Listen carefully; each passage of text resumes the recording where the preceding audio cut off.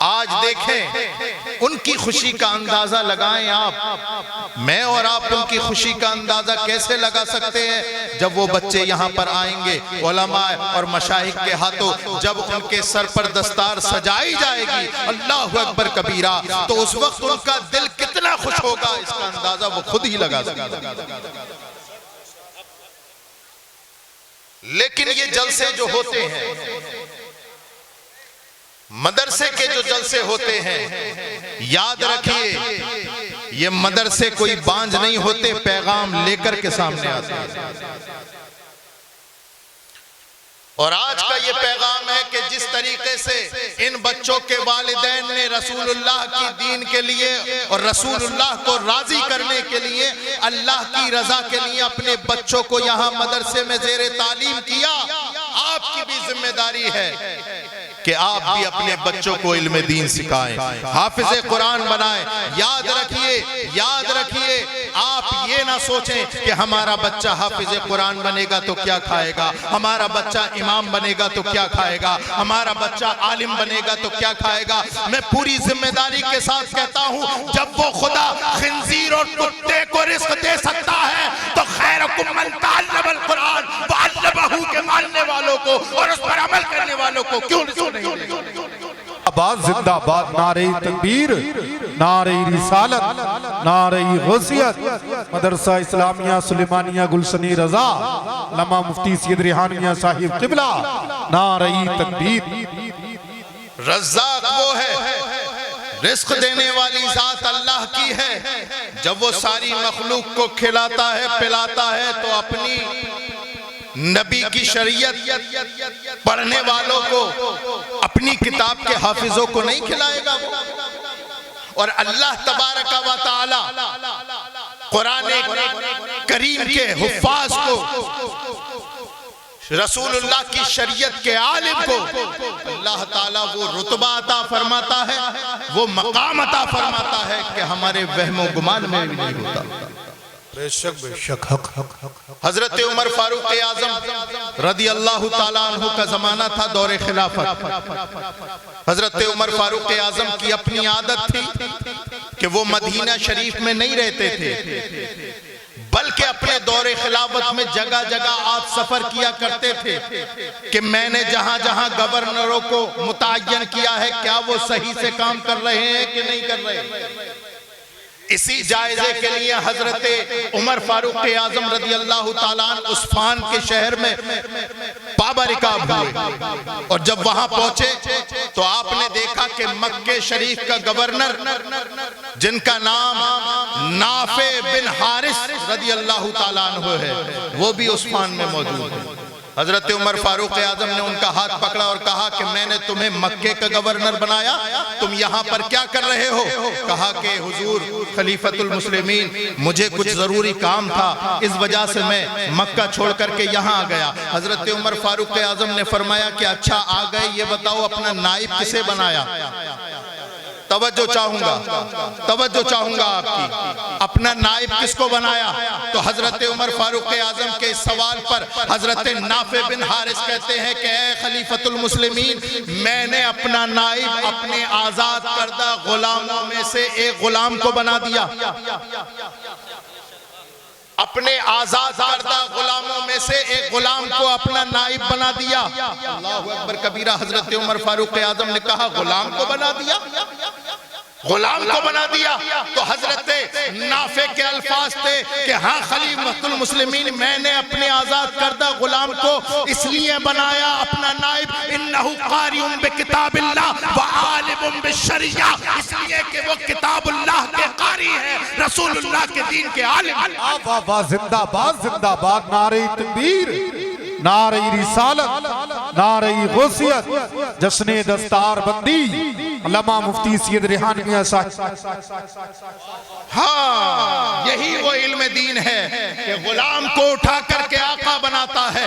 حضرت عمر فاروق اعظم نے جب یہ الفاظ سنے تو آنکھوں سے آنسو طاری ہو گئے. پوچھا کہ کیا وجہ ہے؟ ما یبکی کا یا امیر المومنین، اے امیر المومنین آپ کو کس نے رلا دیا؟ تو خلیفۃ المسلمین نے کہا تھا کہ مجھے اپنے نبی کی وہ حدیث یاد آ گئی. نبی کونین ارشاد فرماتے ہیں ان اللہ یرفع بہذا الکتاب اقواما ویضع بہ آخرین، کہ اللہ تعالیٰ اس کتاب کے حافظ اور اس کتاب کے عالم کے درجے بلند فرماتا ہے. زندہ باد زندہ باد. سبحان اللہ، اللہ اکبر.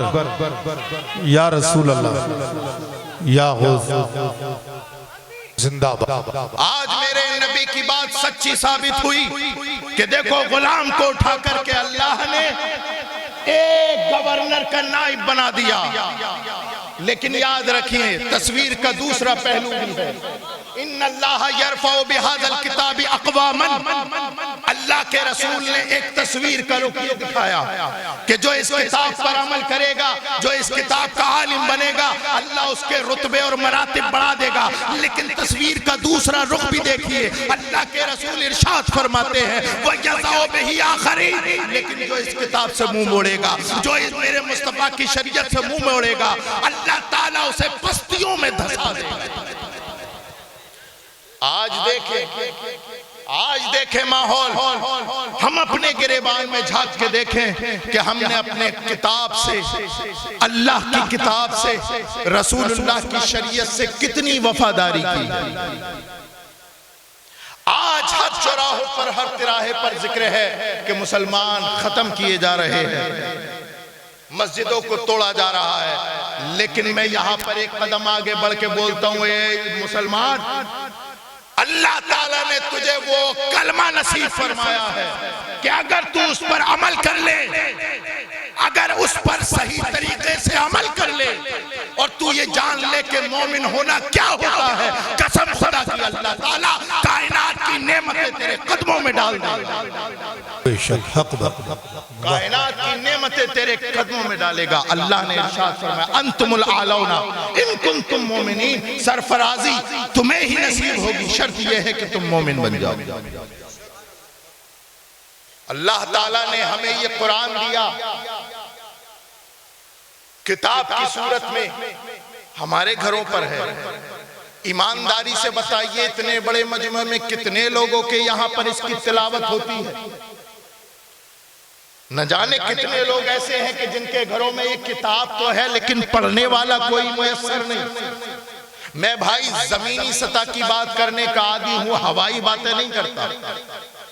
میں نے خود دیکھا ہے کہ جزدان قرآن پاک کا تو بڑا خوبصورت سیا اور اس کو رکھ دیا، اور الماری میں جس دن سے رکھا تو اللہ معاف فرمائے العیاذ باللہ 4-4 2-2 انچی گرد جمع ہو گئی، لیکن کھولنے والا اس گھر میں کوئی میسر نہیں.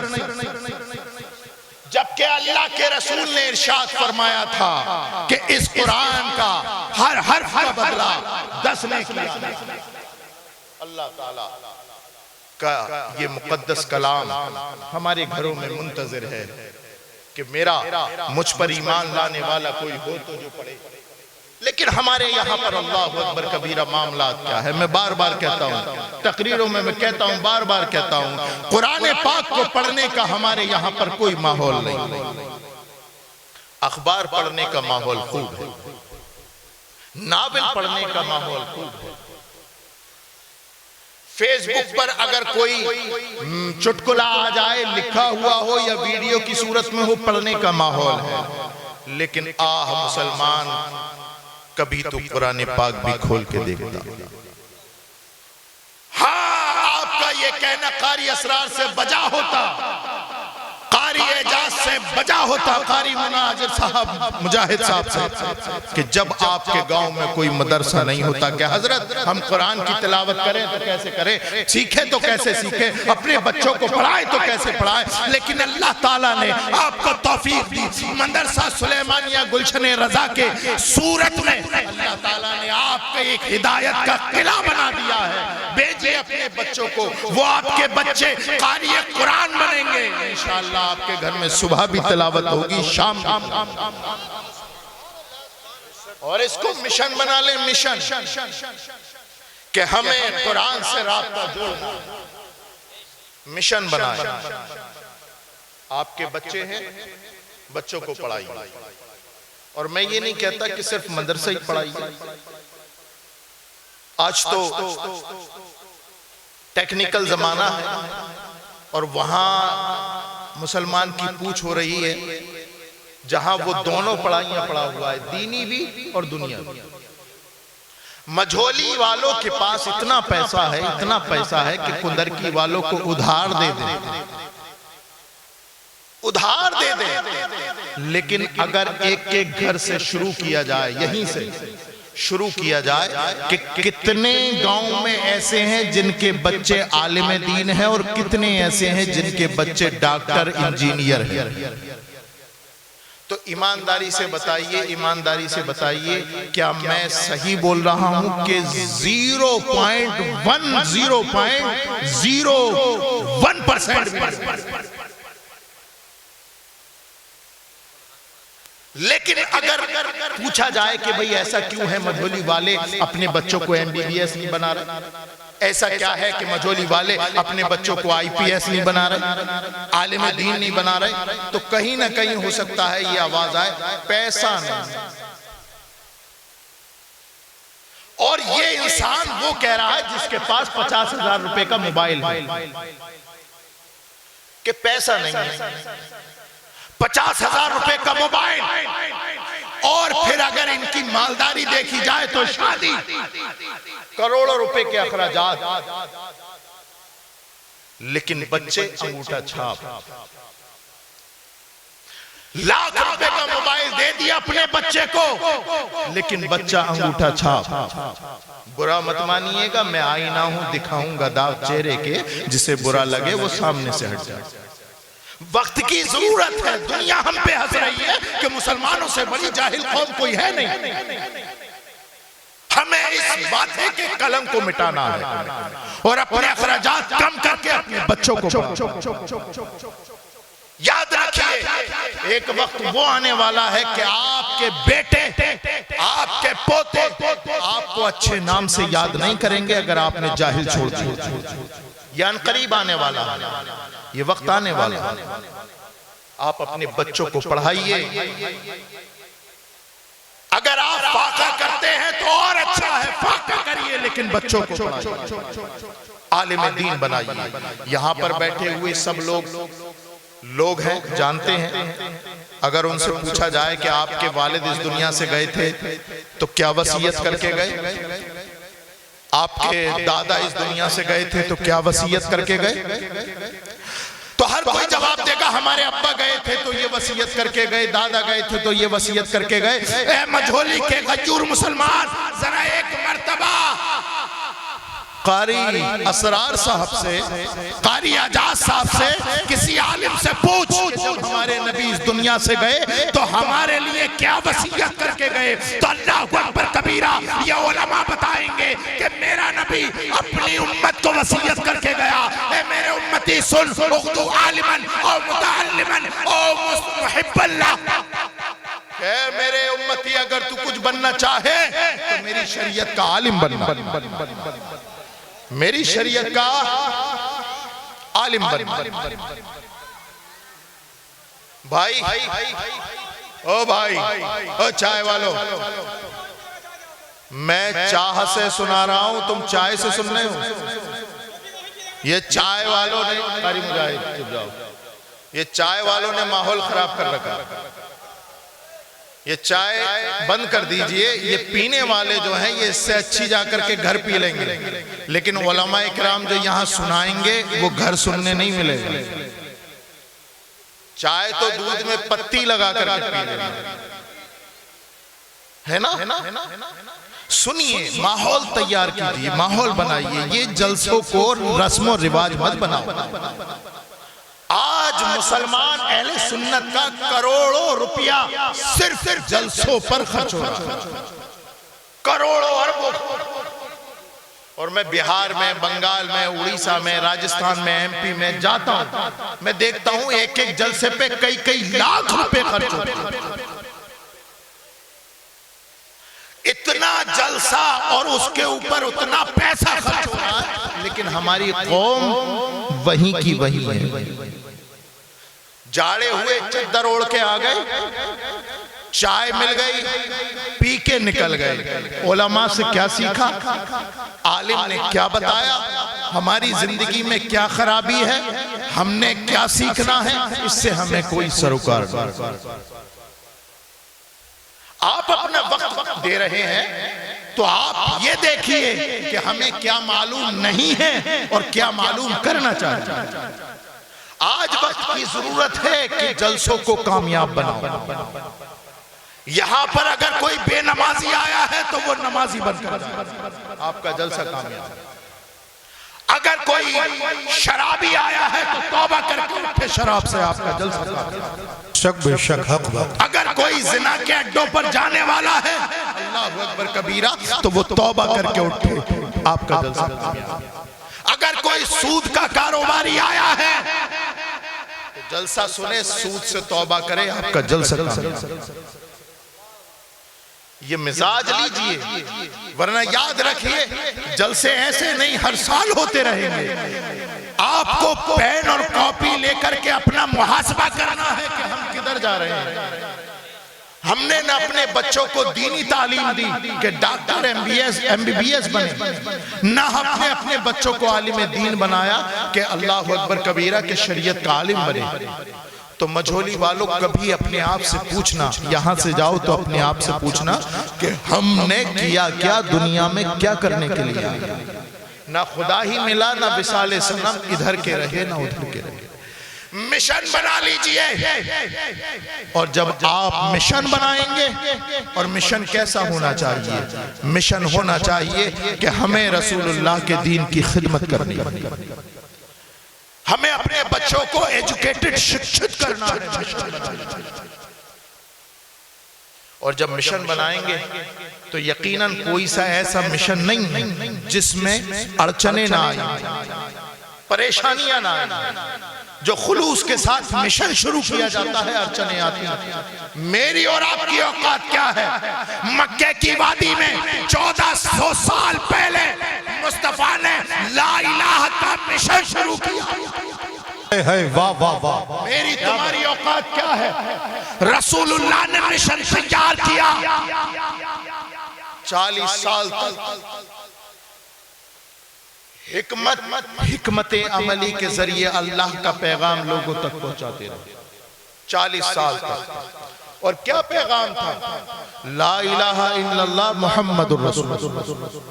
یہی پیغام تھا کہ اللہ کے سوا کوئی معبود نہیں اور میں اللہ کا رسول ہوں. بتائیے یہ کوئی غلط بات تھی؟ بتائیے، ہاتھ کھڑا کر کے بتائیے. یہ کوئی ایسی بات تھی جس میں اللہ اکبر کبیرہ آگے آ جانا چاہیے تھا؟ نہیں. میرے نبی نے حق کہا تھا، میرے نبی نے سچ کہا تھا، میرے نبی نے حقیقت بیان کی تھی. لیکن اللہ اکبر کبیرہ 40 سال کے بعد جب اعلان نبوت کیا تو 13 سال میرے مصطفیٰ کے جو گزرے ہیں، قسم خدا کی، اگر سچے دل سے مومن اگر رسول کی جیونی پڑھ لے اس کے آنسو نہیں رکے. 40 سال اللہ اکبر کبیرہ، 40 سال حکمت عملی سے گزارے. کوئی دشمن نہیں. لیکن جیسے ہی کہا فاران کی چوٹی پہ کھڑے ہو کے کہ میں اللہ کا رسول ہوں، تو ابو جہل بھی دشمن بن گیا، ابو لہب بھی دشمن بن گیا، عتبہ شیبہ بھی دشمن بن گیا. اللہ اکبر کبیرہ، دشمنی اتنی چرم سیما پہ پہنچی کہ آپ کے چچا ابو طالب اپنے بھتیجے کو لے کر کے پہاڑ کی چوٹی شعب ابی طالب کے نام سے جو مشہور ہے اس میں رہنے پر مجبور ہو گئے، مکے کی سرحدوں کو چھوڑ. جان کا خطرہ تھا، اہل خانہ کی موت کا خطرہ تھا، لیکن محمد الرسول اللہ نے فرمایا کہ جو میں مشن لے کر کے آیا ہوں اس سے پیچھے نہیں ہٹے. اللہ اکبر. 40 سال کوئی دشمن نہیں. توجہ چاہو. 40 سال کوئی دشمن نہیں. اور 13 سال 13ویں سال کا پہلا سال کہ جدھر دیکھو دشمن ہی دشمن نظر آ رہے ہیں. اور ایک دن آپ کے چچا ابو طالب نے ان کی آنکھوں سے آنسو جاری کہنے لگے کہ اے میرے بھتیجے محمد تو اپنے مشن سے باز آ جا. کہا چاچا آپ کی آنکھوں سے آنسو کیوں ہیں؟ کہنے لگے کہ بیٹا مکے کے کچھ لوگ مالدار لوگ آئے تھے اور کہا تھا کہ تیرے بھتیجے کو ہم سے کیا تکلیف ہے، عورت چاہیے عورت لا دیں گے. عرب میں اتنی خوبصورت کوئی نہیں جتنی خوبصورت ہم محمد کے نکاح میں دے دیں گے. دولت چاہیے تیرے بھتیجے کو دولت کے انبار لگا دیں گے، لیکن اپنے بھتیجے کو سمجھا دو کہ مشن سے باز آ جائے. تو رسول اللہ نے اپنے چچا ابو طالب سے کہا تھا اے میرے چچا ان مکار غدار کفار مشرکین سے کہہ دو یہ عورت اور دولت کیا ہے. اگر مجھ محمد کے ایک ہاتھ میں چاند دوسرے ہاتھ میں سورج رکھے تب بھی میں اللہ کے دیے ہوئے مشن سے پیچھے نہیں ہٹوں. سبحان اللہ سبحان اللہ واہ واہ اللہ یا رسول اللہ.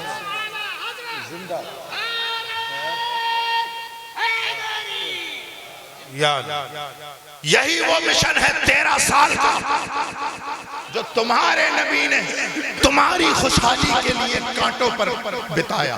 اللہ بتاؤ 13 سال کا کون سا ایسا دن گزرا، کون سی ایسی رات گزری کہ آمنہ کے لال کو ٹارگٹ نہ کیا گیا.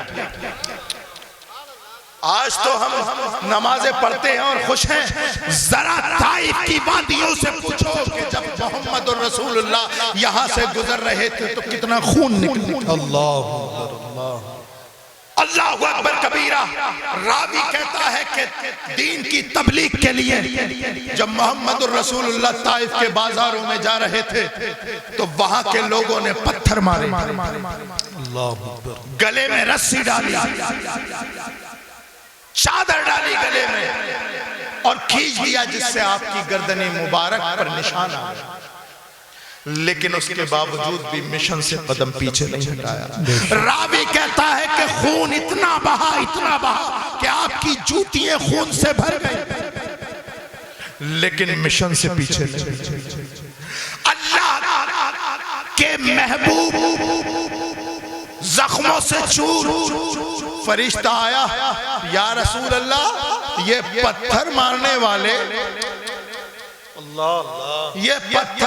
والے انہیں پتہ نہیں کہ آپ کا رب پہاڑوں کا مالک ہے. اور اس نے کہا ہے کہ اگر میرا محبوب کہے تو طائف کی پوری بستی پہاڑوں سے دبا دو، لیکن یاد رکھنا پہلے میرے محبوب سے پوچھ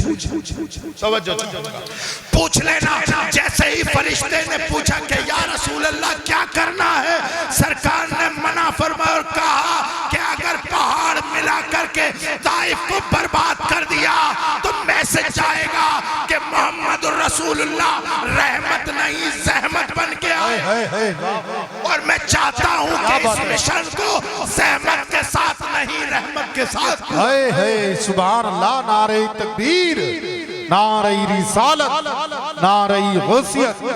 سلکے اعلیٰ حضرت علامہ مفتی سید ریحانویہ صاحب قبلہ جشن دستار بندی سرزمین مجھولی. نعرہ تکبیر، نعرہ رسالت. مختصر اپنی بات کو سمیٹتا ہوں اور کہتا ہوں مجھولی کے نوجوانوں، کیا بات ہے، واہ واہ واہ. جو رسول اللہ نے مشن مکے سے شروع کیا اس مشن کو اپنا لو.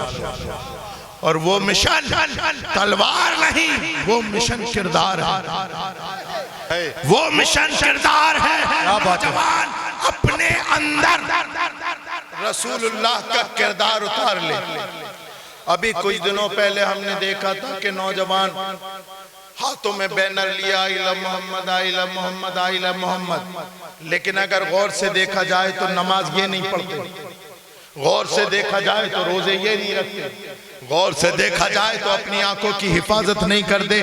ارے نوجوان کون سی خواب غفلت میں ہے تو نہیں جانتا؟ ارے جب تو اپنے اندر کردار مصطفیٰ اتار لے گا، قسم خدا کی تجھے بینر لے کے گھومنے کی ضرورت نہیں، آئی لو محمد کہنے کی ضرورت نہیں، بلکہ تیرا کردار بولے گا میں محمد رسول اللہ کا زندہ باد سبحان اللہ کے ذریعے مت بے شک بتاؤ ہم محمد سے پیار کرتے ہیں، کیا بات پیار سے بتاؤ ہم رسول اللہ سے محبت کرتے ہیں، واہ واہ کردار سے کردار اپناؤ۔ لیکن ہمارے نوجوانوں کا کردار، معاف کریے گا جو ہمارے بزرگ ہیں سفید داڑھی والے ہیں، یہ جن کے داڑھی نہیں آئی، انہوں نے اپنی زندگی کا 80% گزار دیا۔ نوجوانوں اب تمہارا 80% باقی ہے، اب تمہیں معاشرہ طے کرنا ہے کہ کیسا ہو۔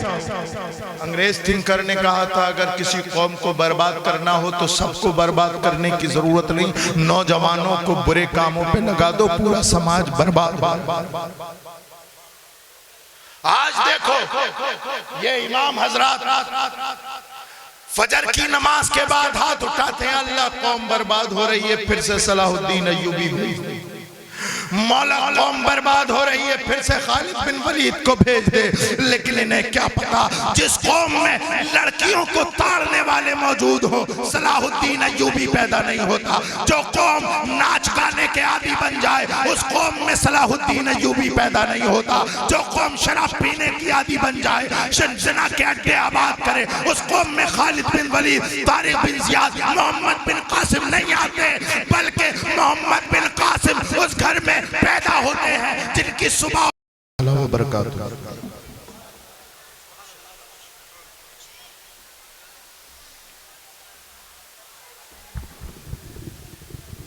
سبحان اللہ ماشاءاللہ، زمانے میں جدا سب سے الگ پہچان رکھتے ہم، اور شام بولتی ہے کہ محمد سے وفا تو نے تو ہم تیرے ہیں، یہ جہاں چیز ہے کہ لوح و قلم تیرے۔ واہ واہ واہ، زندہ باد، نعرہ تکبیر، نعرہ رسالت، نعرہ غوثیت، مسلک اعلیٰ حضرت